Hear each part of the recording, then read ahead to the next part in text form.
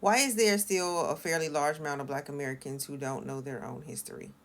I'm going to use the belief of Dr. Carter G. Woodson, the founder of Black History Month, and Mary White Ovington, one of the co founders of the NAACP. Their beliefs were that Black people don't pay enough attention to Black history or Black literature until someone white does. I can take you back to the newspaper, the Chicago Whip, a newspaper founded by an African American man in the 1920s. And I'll read what's on the screen. This is true that Black people do not appreciate the efforts of their own best writers, and little attention is paid to them until some white man has praised the Black author, and then a great rush is made for him by his brothers. The Black people will get a better understanding of their own problems by reading their own authors, and it is certain that a firmer race pride will be created. Now, this was written approximately about 50 years, I'm going to say, after the Emancipation Proclamation. Okay. And some of what they're saying still goes on today. There are a lot of Black Americans who don't realize or have not been educated on their own history, their own people's history.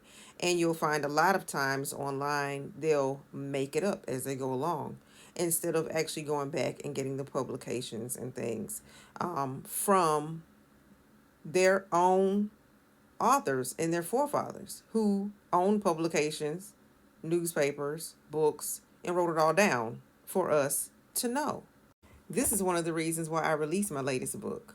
It's titled The Six Figure Pay Withheld from the Enslaved.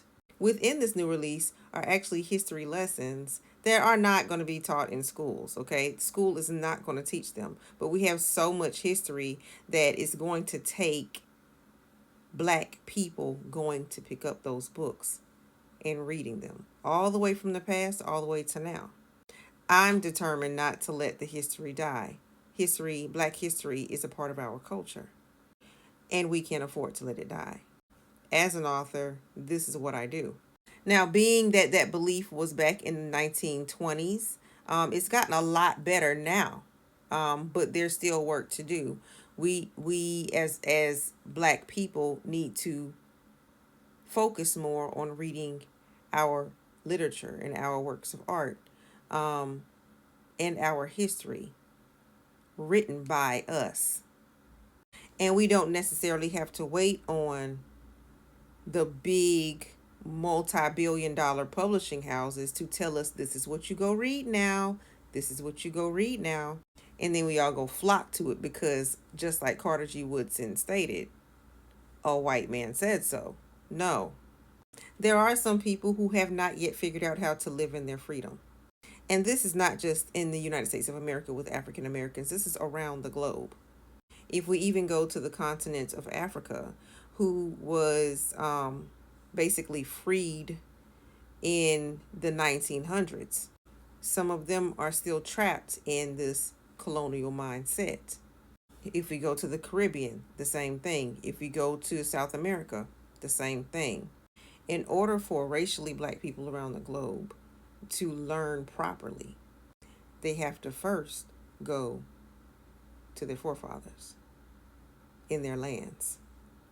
As far as African Americans, we have to do the same on our land because there is a lot of information that our ancestors, our forefathers have already written for us in the United States of America.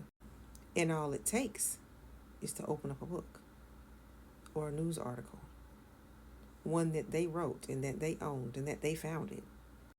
I myself, I'm writing books not just for my generation, but for the generation after mine because it's important to our culture.